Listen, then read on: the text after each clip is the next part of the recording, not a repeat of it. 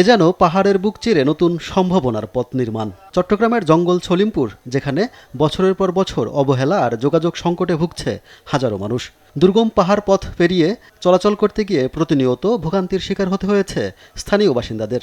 আর বর্ষা মৌসুমে সে দুর্ভোগ পৌঁছায় চরমে। এমন বাস্তবতায় ভোগান্তি লাঘবে সেনাবাহিনীর তত্ত্বাবধানে শুরু হয়েছে সড়ক নির্মাণ কাজ। প্রথম ধাপে প্রায় 10 কিলোমিটার সড়ক নির্মাণ করা হচ্ছে।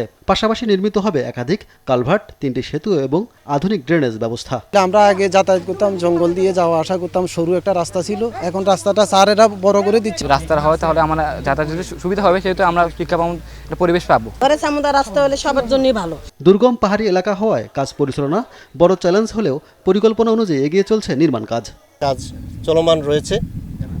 এখানে আমাদের ইমিডিয়েট প্ল্যানটা হচ্ছে যে এই এলাকার যে দুর্গম পাহাড়গুলো আছে সেগুলোকে সাধারণ মানুষের চলাচলের উপযোগী করে তোলা।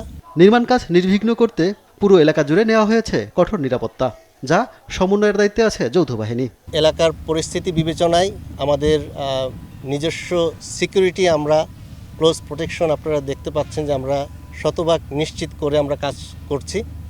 এছাড়াও আমরা প্রতিনিয়ত আইনশৃঙ্খলা বাহিনী, র্যাব, পুলিশ এবং অন্যান্য বিজিবি সহ সকলের সহায়তায় আমরা এই কাজটি চলমান রেখেছি। জঙ্গল ছলিমপুর এলাকায় পর্যায়ক্রমে আরও 4টি সড়ক নির্মাণের পরিকল্পনা রয়েছে। সংশ্লিষ্টদের মতে নতুন সড়ক নির্মাণে শুধু যোগাযোগ ব্যবস্থারই উন্নয়ন নয়, বরং পুরো অঞ্চলের নিরাপত্তা ব্যবস্থা, জরুরি সেবা এবং ভূমিকা রাখবে সামগ্রিক উন্নয়নে।